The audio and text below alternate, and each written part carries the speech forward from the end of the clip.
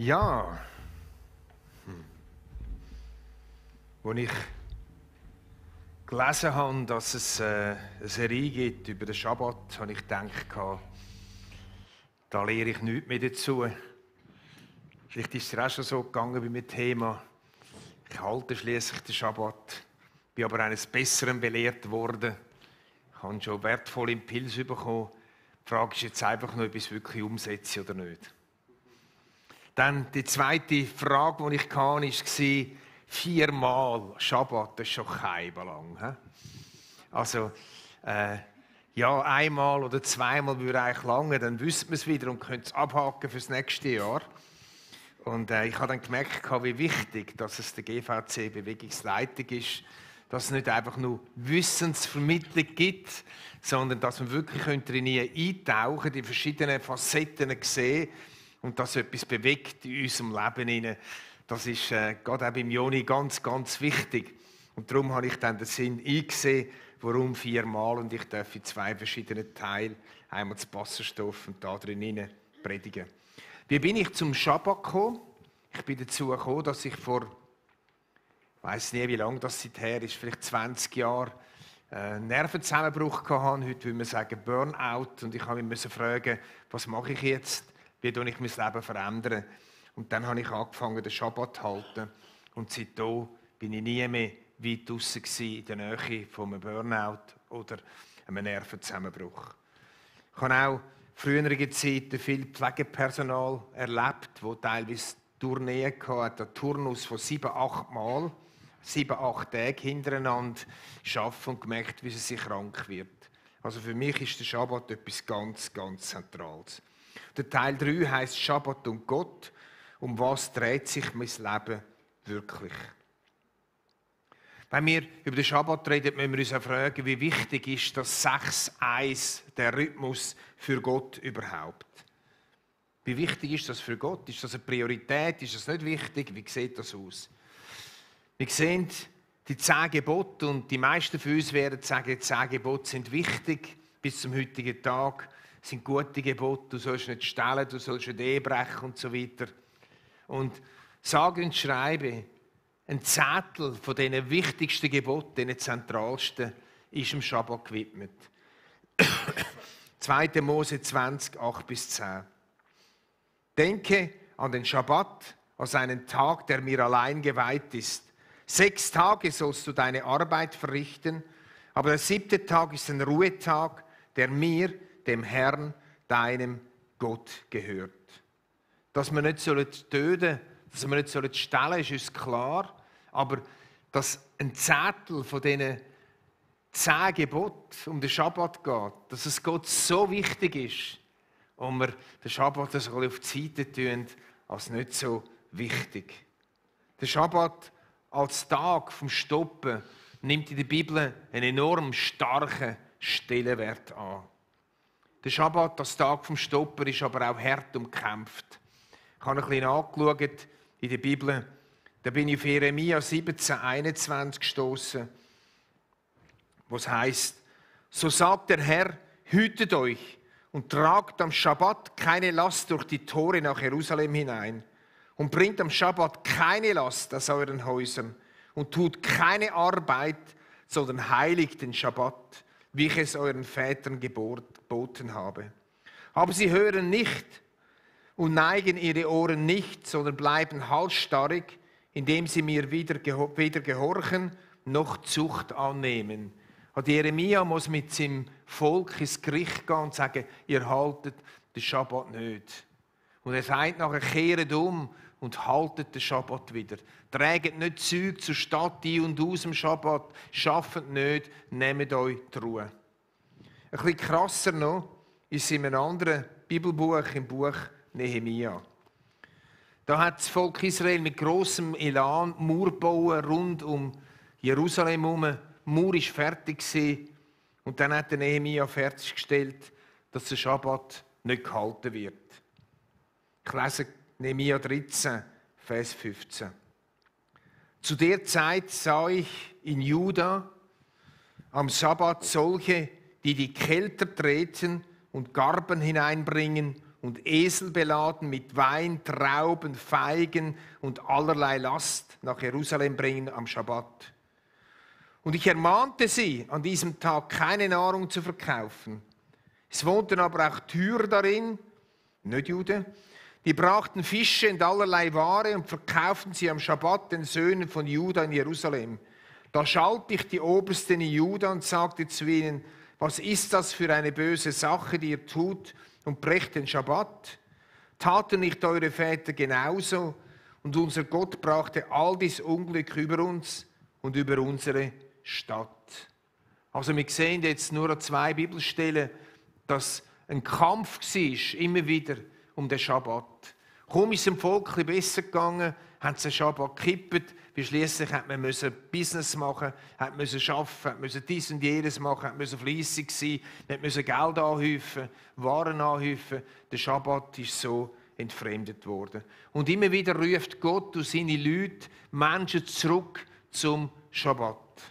So wichtig ist es Gott. Wann hat eigentlich Gott den Schabbat eingeführt? Ist es so gewesen, dass Gott irgendwann im Laufe der Menschheitsgeschichte festgestellt hat, oh, der Mensch ist so im Stress, ich muss ihm ein neues Gebot geben, also hat er einen Schabbat erfunden.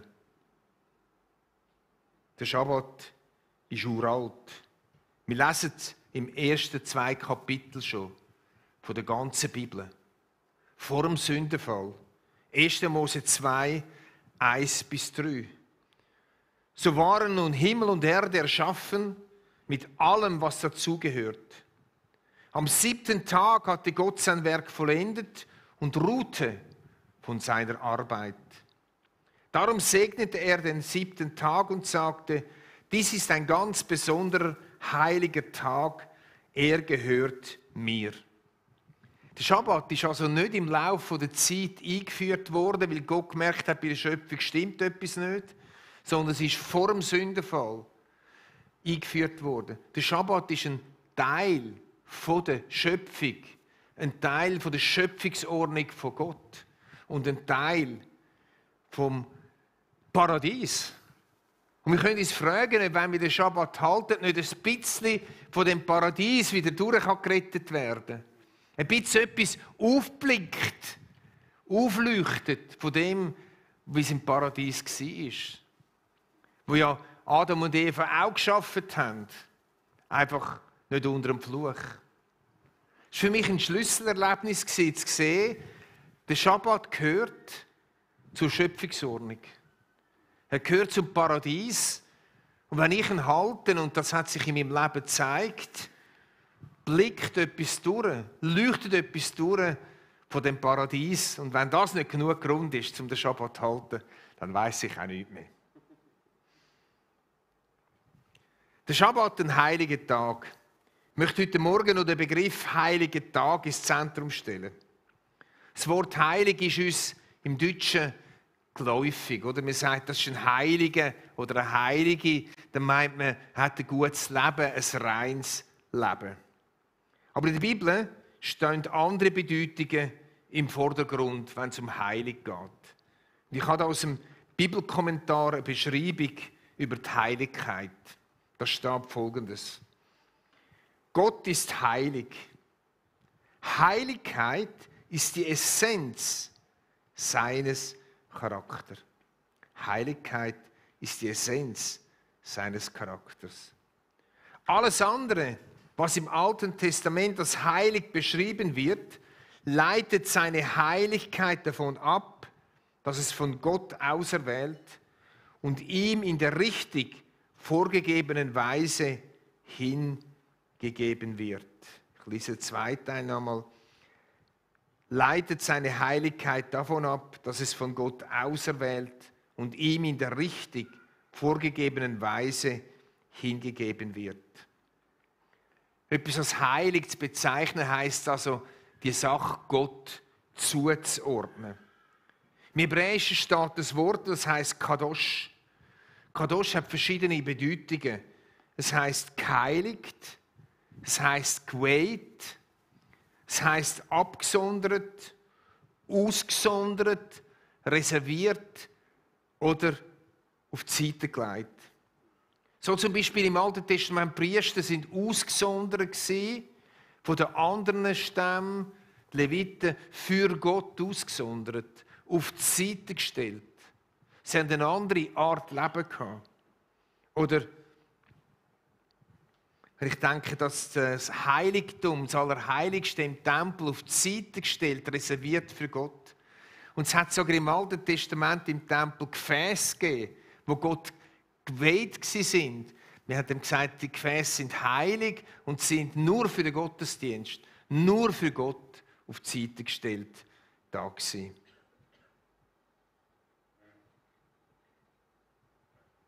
Ein zentraler Aspekt der Heiligkeit ist, dass sie immer in irgendeiner Form der Gemeinschaft und der Begegnung mit Gott gilt. Gott im Zentrum.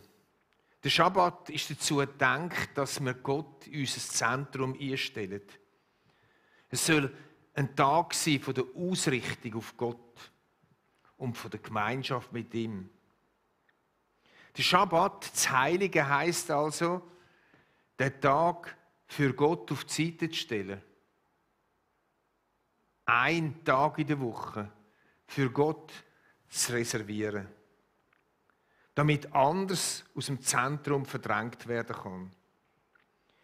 Gott ins Zentrum stellen heisst, andere Sachen aus dem Zentrum wegtun. Wir haben so viele Sachen, die in unserem Alltag so ins Zentrum gestellt werden. Gott wird überdeckt durch, wir haben Stress, wir haben streng, wir mühen und wir haben unser Pflichtenheft voll und unsere Agenda ist voll und weiss ich was alles. Und morgen kraxeln wir mühsam zu dem Nest aus, oder? Und zu Abend fallen wir wieder rein und dann schreien noch Kind und weiss ich was alles. So viel deckt das zu. Und der Schabbat ist eigentlich dazu da, dass man das, was es so ins Zentrum eingeschoben hat, das, was so wichtig geworden ist, an Sorgen, an To-dos, an Pflichten, an Streben, an sich ausstrecken, dass das im Schabbat nochmal könnte ein bisschen in den Hintergrund treten und eben Gott nochmal ins Zentrum rücken. Nebst dem, dass wir am Schabbat ruhen, ist das auch etwas, was unsere Seele reinigt. Darum verrate ich euch jetzt, was ich mir vorgenommen habe, aber noch nicht eingelöst habe. Ich bin nämlich ein News-Junkie. Ich lese alle Zeitungen und es ist so toll, auf Watson kann man schauen, was alle Sonntagszeitungen schreiben am Sonntagmorgen. Und dann kann man noch dort in den Sonntagszeitungen schauen und überhaupt, dann habe ich noch hebräische, also israelische Zeitung auf Englisch und dann kommen ja noch soziale Medien dazu und ich habe mir überlegt, wie wäre es jetzt einmal am Schabbat, das einfach nicht zu konsumieren. Das ist aber noch eklig, ich sage es euch. Das verstehen die meisten von euch nicht, oder? Aber es einfach auf die Seite zu legen und nicht zu machen und das einmal nicht ins Zentrum zu nehmen, nicht am Morgen als erstes. Ich muss das machen, damit ich richtig wach werde. Das ist mindestens meine Argumentation. Aber einfach so Sachen zu dem Zentrum austun. So wichtig ist das, was dort steht, auch wieder nicht. So wichtig ist das, was uns 6 Tage in der Woche beschäftigt, auch wieder nicht, damit wir es nicht einen Tag in der Woche auf die Seite legen können, was immer das ist.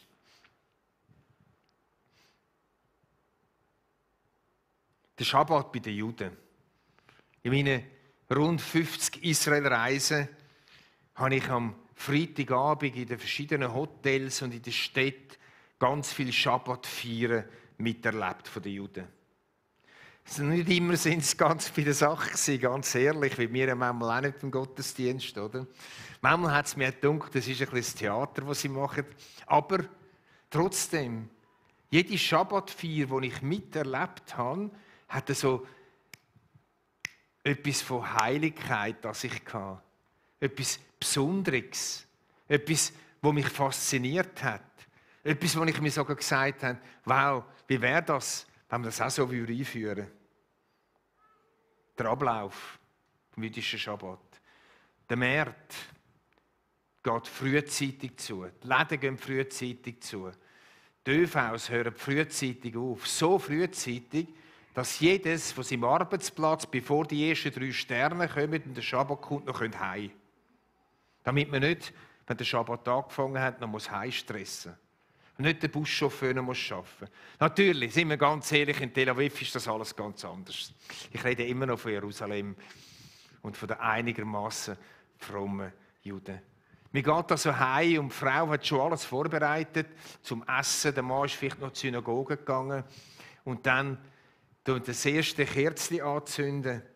Es werden an einem festlich gedeckten Tisch Psalmen gelesen, vor allem 2.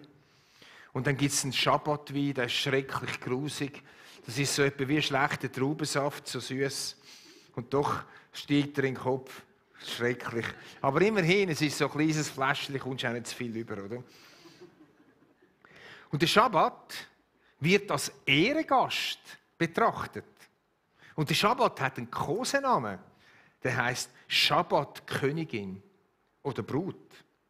Mit dem Bräutigam wird das Volk Israel bezeichnet und die Brut ist der Schabbat. Ich lese da aus meinem Buch, wo ich auch ein Kapitel über den Schabbat geschrieben habe, etwas von dieser Brut los vor. Hier das erste, die Begrüßung bzw. der Empfang der Schabbatbraut. Da heißt es in einer Erläuterung zum Beispiel, nachdem mit dem Entzünden der Schabbatkerzen der Schabbat begonnen hat, heißen wir die Schabbatbraut willkommen. Wir singen das Lechadoti-Lied.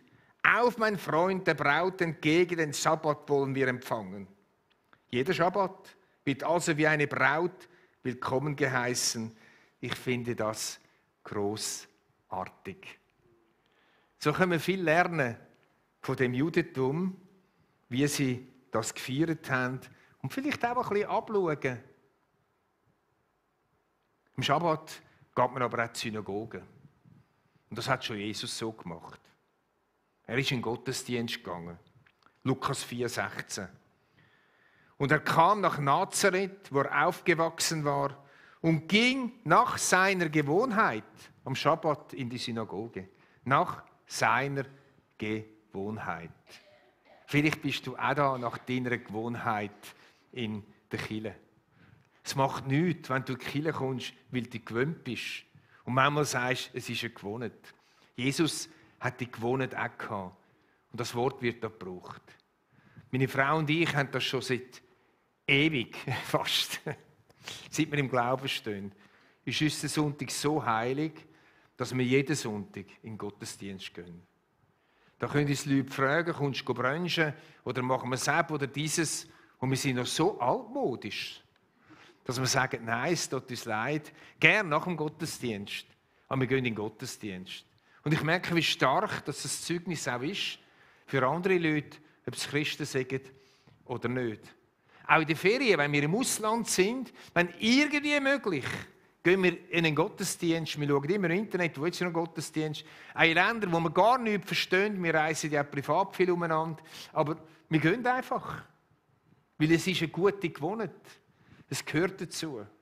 Und es ist ein Zeichen, dass uns der Schabbat heilig ist. Und darum möchte ich euch auch hier ermutigen, als nicht mehr Pastor von dieser Gemeinde oder nicht mehr als Leiter von der GVC-Bewegung, darf ich das voll und ganz sagen. Um Himmels Willen gehen regelmäßig in den Gottesdienst. Ich weiss, dass ich es jetzt vermutlich den Falschen sage. Ja, es ist eine gute Gewohnheit. Es ist eine Gewohnheit, die ich von Jesus geerbt habe, übernommen habe. Ich schaue gerne bei Jesus ab, wie sein Leben hat funktioniert. Seine Beziehung zum Vater im Himmel hat funktioniert. Und darum schaue ich das wahnsinnig gern ab. Mein letzter kleiner Abschnitt heisst, nicht vom Rössli runterfallen. Genauso wie die Schriftgelehrten vom Rössli runtergefallen sind, was den Schabbat anbelangt.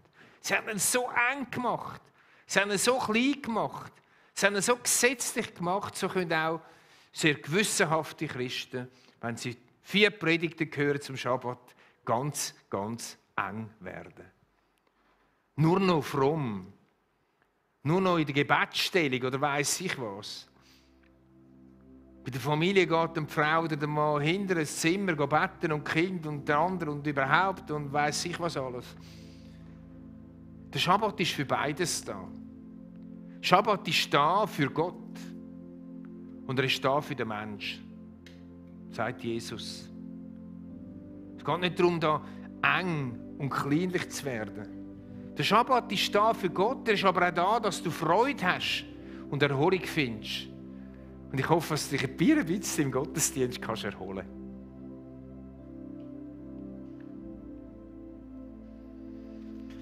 Nochmal, ich habe gemeint, wir sagen die Serie nichts. Ich habe mich damit befassen, vom Berufes wegen, nochmal ganz neu. Und es ist mir nochmal ganz neu wichtig geworden. Der Schabbat ist keine Erfindung für gestresste Menschen, sondern es gehört zur Schöpfung. Nicht zur gefallenen Schöpfung, sondern zum ursprünglichen Schöpfungsgedanken von Gott. Und das ist mit dem Hauptgrund, und was mir nochmal wichtig geworden ist. Amen. Jetzt lade ich euch ein zum Aufstehen und wir werden einen Sabbatpsalm miteinander lesen. Es gibt 2 Schabbatpsalmen. Der, den wir heute lesen, den Auszug davon, ist der Psalm 84. Bitte macht doch alle mit. Und genau. Wie schön sind deine Wohnungen, allmächtiger Herr. Ich sehne mich von ganzem Herzen, ja, ich verzehre mich vor Verlangen nach den Vorhöfen am Heiligtum des Herrn. Mit Leib und Seele juble ich dem lebendigen Gott zu. Glücklich zu nennen ist, wer seine Stärke in dir gefunden hat. Alle, deren Herz erfüllt ist von dem Wunsch, zu dem Heiligtum zu pilgern. Ein Tag in deinen Vorhöfen ist besser als 1000 andere sonst. Ich will lieber an der Schwelle stehen, im Hause meines Gottes, als dort zu wohnen, wo die Gottlosigkeit herrscht. Denn Gott, der Herr, ist unsere Sonne. Er beschützt uns wie ein Schild. Gnade schenkt der Herr und er lässt uns zu Ehren kommen. Denen, die aufrichtig ihren Weg gehen, enthält er nichts Gutes vor. Allmächtiger, glücklich zu nennen ist der Mensch, der auf dich vertraut. Amen. Wie wäre es auch mit der Familie oder mit Freunden an festlich gedeckten Tisch vertreten am Schabbatabend, wenn immer dein Schabbat-Tisch über Montag, Dienstag, Mittwoch ist. Ich halte den Schabbat immer vom Abend zu Abend, wie es die Juden auch machen. Und zwar aus einem Grund. Es ist schön, in den Schabbat zu starten mit einem guten Essen. So mit einer Celebration. Und wenn dann eben der Schabbat rum ist, oder wenn ich noch voll gearbeitet habe, ich habe am Sonntagabend den Schabbat angefangen und dann am Montagabend wieder aufgehört. Weil am Montag denkst du sowieso wieder an das Business, oder? Am Montag denkst du sowieso wieder an alles und die Kinder müssen noch alles parat machen für die Schule und weiss ich was alles. Es fängt schon wieder an am Sonntagabend, respektive mir am Montag. Und darum ist es noch ein Trick. Und von den Juden vorgesehen, von Abend bis Abend. Das ist einfach noch ein Gratis-Tipp. Und jetzt haben wir ein Interview.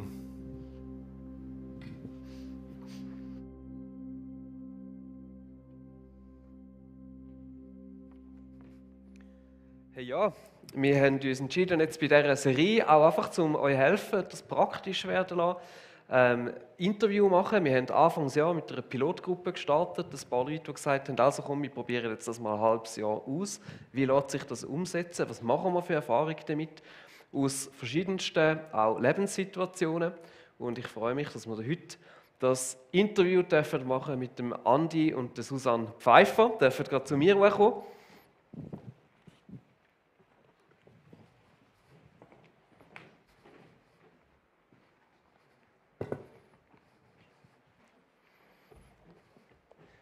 Jörg, darf ich den? Danke.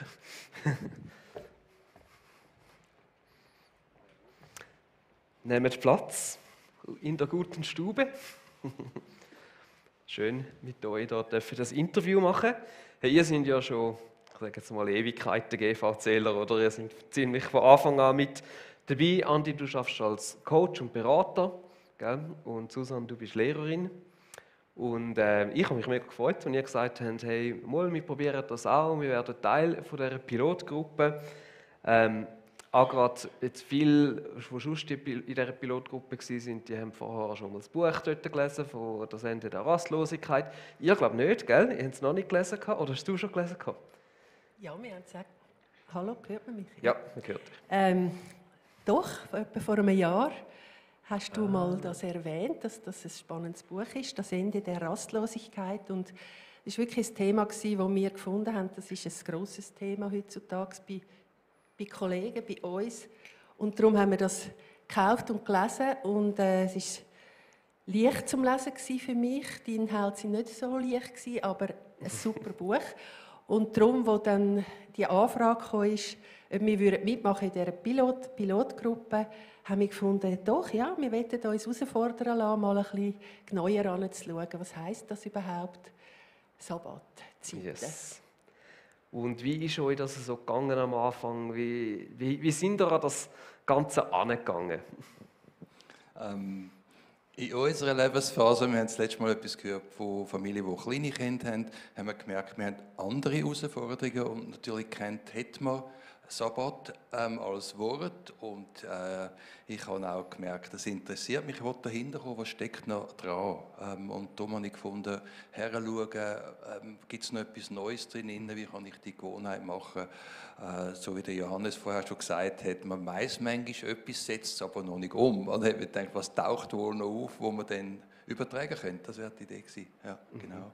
Und was mir auch aufgefallen ist, es ist gerade jetzt, ich bin als Coach unterwegs, bin viel mit Leuten und mit Team. Ich sehe einfach, wie die Hektik überschwappt in Sonntag, wie gewisse Leute schon den Sonntag haben, aber es ist nicht erholsam. Es dreht noch ein bisschen weiter und du musst viel erledigen. Und dann denke ich, wir müssen wirklich gut hinschauen, dass das bei uns auch passiert. Bin ich gespannt gewesen. Und wie sind ihr nachher daran angegangen? Also jetzt eben so, okay, wo fangen wir an? Oder gewisse Sachen habt ihr ja vielleicht schon gehabt, oder? Und dann so ein bisschen, wie habt ihr das für euch so ein bisschen angefangen zu entdecken und auszuschaffen? Genau, also wir haben sehr viel diskutiert miteinander. Ich habe wirklich gemerkt, dass ich so ein bisschen eine festgefahrene Vorstellung habe, was ein guter Sabbat ist. Ich habe das irgendwie in meinem Kopf einfach so das Gefühl gehabt, so wäre es dann gut, oder? Und dann haben wir wirklich viel diskutiert miteinander und wir haben in dieser Pilotgruppe ja so ein Manual gehabt, wo man so ein bisschen die Facetten vom Sabbat eben auseinandergenommen hat, oder? Jetzt haben wir Sabbat und Gott und wir haben ja in diesen anderen Predigten andere Aspekte angeschaut und mir hat das auch gut getan, eben mal das so ein bisschen auseinanderzubeindeln, oder? Und einmal wirklich zu schauen, ja, was für Facetten sind da und wie können wir die umsetzen. Es hat dort wirklich so viele Ideen gehabt. In dem Zusammenhang, was mir wirklich geholfen hat, ich bin nicht so ein gesetzlicher Typ, ich habe es nicht so gern, glaube ich. Ich brauche ein bisschen Freiheit. Ich denke, das Teil darf mich nicht so einhängen. Irgendwo ist man dann doch ein bisschen zu jüdisch, sich verbinden das mit irgendetwas. Und mir hat geholfen, was die Bedeutung von Sabbat eigentlich ist, oder Schabbat ist, was ich jetzt gerade gehört habe. Es heisst Stopp. Muss das offizielle Wort sein, dann übersetzt. Dass man wirklich das sagt, hey, ich muss irgendwo stoppen können. Und jetzt hat plötzlich das für mich angefangen, eine andere Bedeutung zu bekommen. Ganz bewusst die Betriebsanleitung von Gott, die 10 Gebote wirklich aufzunehmen und zu sagen, hey, das ist ganz ein höherer Stellenwert. Ich muss lernen, zu stoppen, dass das Platz hat drin. So sind wir daher gegangen und ich habe wie gemerkt, ich muss schauen, und was heisst es jetzt für uns, oder? Wir leben in der heutigen Zeit, wir haben News, wir haben Zeitungen, wir haben familiäre Verpflichtungen. Was heisst es für uns? Das ist so der Anspruch, den wir gespürt haben, das beißt schon recht. Ja. Und wie war das so gewesen? Weißt du, wo sind euch jetzt Herausforderungen gelegen, wo ihr gesagt habt, so, ja, eben, da habt ihr einen Widerstand gespürt oder da war es nicht einfach für euch? Ich fange mal an. Ja, das gibt Widerstand tatsächlich. Eines davon ist, dass am Abend anfangen und die 24 Stunden irgendwie mit dem bin ich nicht so warm geworden. Samstagabend ist wie gestern Abend Mitarbeiterfest und so ist auch nicht ganz sabbatig. Es kann mal sein, dass du wirklich in den Ausgang gehst. Es kann sein, dass man sich mit Freunden trifft. Irgendwie ist es nicht aufgegangen. Das habe ich gespürt. Da ist so ein Spannungsfeld drin. Und ich habe jetzt für mich jetzt einmal gemerkt, vielleicht ist der Ansatz zu mir ist vielleicht 12 Stunden. Also es fährt am Mitternacht, Sonntag halt bei mir, wenn ich noch am Schlafen bin. Und dann fährt es halt dann am Sonntag am Morgen an. Und das haben wir uns dann auch viel überlegt, was könnte das heißen. Genau. Aber dort sehen wir gewisse Widerstände, die auftaucht sind. Ja.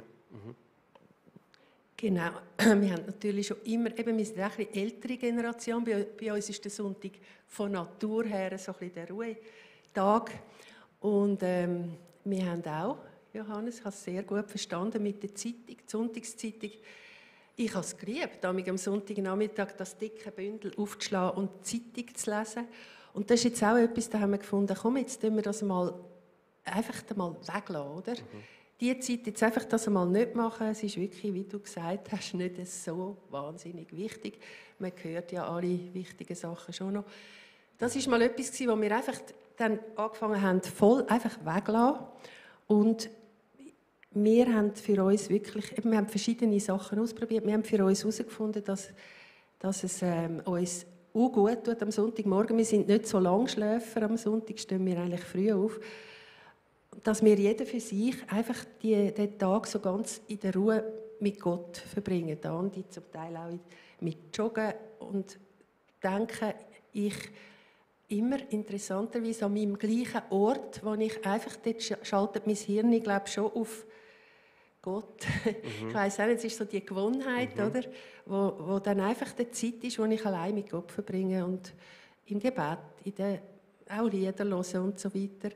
Und dann ist eigentlich unser Gemeinsames ist dann das Morgenessen, das dann zum Teil auch ein bisschen anders ist als unter der Woche.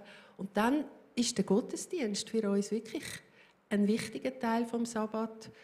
Der Lobpreis tut uns sehr gut, füllt uns wirklich. Und der Nachmittag ist dann eher so ein bisschen der Teil, der offen ist für Zeit miteinander, für in der Natur geniessen, Freunde, Familie zu treffen. Und am Abend tun wir dann wieder den Sabbat abschliessen. Genau, und dann ist das für uns so. Wir haben wirklich Verschiedenes ausprobiert. Wir haben einfach gemerkt, für uns ist es das, oder? Das, was passt, was in unser Leben nie passt. Und eben auch da das wieder stoppen, weil es taucht schon Haufen Zeug auf, die du wieder machen kannst. Ich bin selbstständig tätig und manchmal zieht es mich so ein bisschen ins Büro und dann muss ich sagen, stopp und jetzt ist es wieder gut. Lass das Zeug liegen und es hat sich schon so oft gelohnt, dass ich anders gestartet bin. Aber es zieht einem manchmal ein und du musst wieder weg. Das ist der Punkt. Und darum glaube ich, das, was Johannes und wir auch schon diskutiert haben, so gute Tradition oder Gewohnheit ist so etwas Wertvolles, dass wir die haben, weil die steuern dann etwas, so die Impuls und irgendwie übersteuern es alles. Und wir haben gemerkt, das tut uns gut. Das ist sicher so. Aber was ich feststelle, ist, Sabbat ist für den Menschen, es kann so etwas Lustvolles sein, etwas Cooles sein, der Tag ist lässig, also das ist nicht eine Last und darum möchte ich von dem Gesetzlichen ein bisschen aufpassen, dass es einem nicht einholt, dass es auch eine Freude sein kann. Oder für mich zum Beispiel vom Morgen ein feiner Zopf, das gehört irgendwie dazu, das darf anders sein, dass man irgendwo auch sagt, was ist das, was genüsslich ist an dem Ganzen. Und ich glaube, genau. Gott ist nicht so brüd. Ich glaube, er liebt es, wenn wir das Leben geniessen. Habe ich den Eindruck wenigstens so und das versuchen wir. Das supporte ich dich voll, oder? Sabbat, ein Aspekt davon ist ja auch wirklich Vergnügen, sich überlegen, was macht mir Freude. Du hast jetzt vielleicht 2, 3 Sachen gesagt. Gibt es sonst noch Sachen, wo ihr sagt, so, hey, das macht uns wirklich Freude an einem Sabbat? Etwas, was du noch gar nicht gesagt hast. Wir kochen gerne kochen zusammen. Das ist eingekauft, das Zeug. Das Menü ist draussen. Im Moment gerade ein bisschen so libanesisch, arabisch irgendetwas. Und dann kochen wir zusammen in einer Ruhe und geniessen dann das. Das ist so etwas, was für mich wunderbar dazu passt. Und das andere ist auch Familie. Zeit haben, wenn unsere Kinder mal vorbeikommen heute Nachmittag, wo man dann mit ihnen reden kann und Zeit hat und einfach Zeit hat. Und nicht gerade weiter rennt. Das ist so etwas, was wir sehr, sehr schätzen. Ja. Cool. Mir ist es auch noch wichtig, dass man nicht aufgibt, weil man denkt, das schaffe ich eh nicht. Oder? Also wir haben ja auch in der Pilotgruppe geredet, wenn man kleine Kinder hat, dann ist es halt nicht möglich vielleicht, oder? Um so eine lange Zeit zu machen. Aber eben, Johannes hat es auch wieder gesagt, wir haben schon viel gehört, der Sabbat ist nicht für uns so eine Art Ablauf, der muss sein, sondern es soll am Menschen auch helfen, dass man zur Ruhe kommt und sich wieder auf Gott ausrichten kann. Oder? Und darum habe ich das Gefühl, es sieht halt unterschiedlich aus, je nach Lebensphase. Oder? Ja, voll. Ja, das ist wirklich etwas, was wir mega gemerkt haben, je nach Situation oder für jede Familie ein Stück weit sieht das aber ein bisschen unterschiedlich aus und es gibt nicht einfach so ein Idealbild. Was ich vielleicht noch ergänzen kann, ich habe gemerkt, ich baue auch unter der Woche so Sabbatmomente ein. Das klingt vielleicht ein bisschen komisch. Vielleicht glaubt ihr es nicht ganz. Beim Autofahren mache ich manchmal Sabbatmomente. Das ist im Fall noch richtig cool. Klar läuft der Motor und alles Mögliche. Aber Steuerrad hebst du auch, oder? ja, hilft schon ein bisschen mit alles. Aber so ein Moment, wo ich bewusst sage, so, jetzt bin ich noch nicht bei der Arbeit, jetzt tue ich mich auf Gott fokussieren. Ich merke, wie wertvoll das ist, so Gedanken kommen, vielleicht einmal inspirierender Podcast oder irgendein Bibeltext los. Aber es ist so der Alltag, der Sabbat mitten in den Alltag, finde ich auch so etwas Spannendes, finde ich sehr, sehr wertvoll. Ja, mega cool. Ich habe noch vielleicht eine letzte Frage. Ihr habt es zwar schon ein bisschen angetönt, aber vielleicht können wir das noch mal so ein bisschen eben so, manchmal ist so ein bisschen die Spannung, was ist jetzt einfach ein normaler Sonntag und was heisst es aber eben bewusst einen Sabbat zu machen. Was habt ihr gemerkt, was ist für euch in dem Sinn anders als einfach ein normaler Sonntag, wie ihr vielleicht vorher ein bisschen gelebt habt? Also für mich ist es schon der Morgenstart, wo ich einmal richtig auch mir Zeit nehme, um mit Gott länger Zeit zu verbringen, als es im Alltag so ist. Und wie ich gesagt habe, das ist immer ein bisschen am gleichen Ort, wo ich das mache, und das hilft sehr, dass ich brauche das fast. Dann tue ich wirklich mir lang Zeit nehmen. Und nachher dann erst eben zusammen zum Morgenessen und der Gottesdienst gehört für mich also fest dazu, oder? Das ist auch ein Teil, auch wenn ich Dienst habe, das macht ja nichts, aber auch die, eben habe ich gesagt, die Anbetungszeiten in der Gemeinde, nicht nur für mich allein mit dem Lied, sondern als Gemeinde, wo wir das Gleiche singen, das sind für mich also sehr wichtige Sachen. Und eben dann ein bisschen die Leere aushalten, eben nicht den Kopf gerade wieder mit News füllen, sondern am Nachmittag. Ich bin jetzt sicher nicht die immer auf allen Medien rumzappt, aber ich bin genau gleich, einfach im Papier, oder? Mit der dicken Zeitung. Und einmal aushalten. Es ist mir jetzt bewusster, dass ich mal her sitze und denke, okay, jetzt mache ich einfach mal nichts. Schaue jetzt mal ein bisschen in die Leere. Und ich merke einfach, bei mir kommen die Feinheiten dann wieder mehr, dass mir ein Vers noch mal in den Sinn kommt oder ein Lied mir plötzlich auftaucht. Ich habe das Gefühl, das braucht Raum, oder? Und nicht immer das Gefühl sein mit irgendwelchen externen Sachen. Das ist mir sehr wichtig geworden. Cool, sehr cool. Wenn du so fragst, vielleicht ist das, was so oft auch ein bisschen untergeht und ich auch merke, wenn der Alltag so treibt, dass man einfach zu wenig Zeit hat für die Reflexion, einfach zum Nachdenken. Und ich merke, wie in diesen Stunden viel Impuls kommen für den Alltag, für Gesundheit, für Beziehungen, mit wem soll ich Kontakt aufnehmen. Plötzlich kommt mir jemand in den Sinn. Ich finde es mega spannend. Das ist sehr oft in dieser Reflexionszeit drin. Und ich glaube, Gott hat Freude an dem. Er wird, glaube ich, reden. Wir haben das letzte Mal gehört von dem kontemplativen Gebet. Ich weiß nicht, ob ich so mache. Aber ich versuche viel zu hören auf Gott. Red du auch mal ein bisschen etwas, oder? Also das ist mir auch ein Wunsch. Und manchmal kommen mir Leute in den Sinn. Dann sage ich, okay, vielleicht könnte es das ja sein. Oder einfach auch, was soll ich machen? Das sind so wunderbare Sachen. Kommt mir etwas noch in den Sinn, wenn manchmal dann Grosskinder spielen bei uns. Ich hocke mit denen am Boden oder sie sind im Sand. Dann ist das manchmal für mich auch so ein Staunen über. Das kann ich auch machen, wenn noch ein Kind da ist, oder? Ein Staunen über die Güte von Gott und über das Wunder. Und ich segne das Kind. Und ja, solche kleine Sachen, das ist mir jetzt wirklich bewusster geworden, durch das Auseinandersetzen mit dem Thema. Hey, danke euch, mega inspirierend, mega cool, dass ihr euch da auch darauf eingeladen habt und die Erfahrungen teilt. Können wir